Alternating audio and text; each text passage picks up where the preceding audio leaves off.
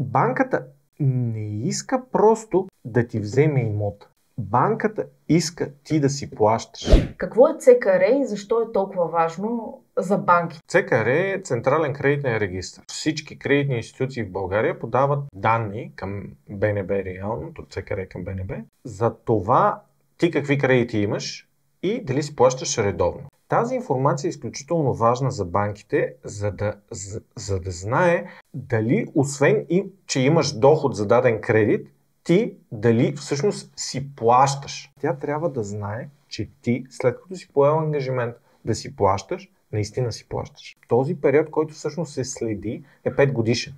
Защото обикновено вноските са месечни, което означава, че те всъщност следят едни 60 вноски. Аз ако пропусна една вноска, в повечето случаи банките ще ми простят.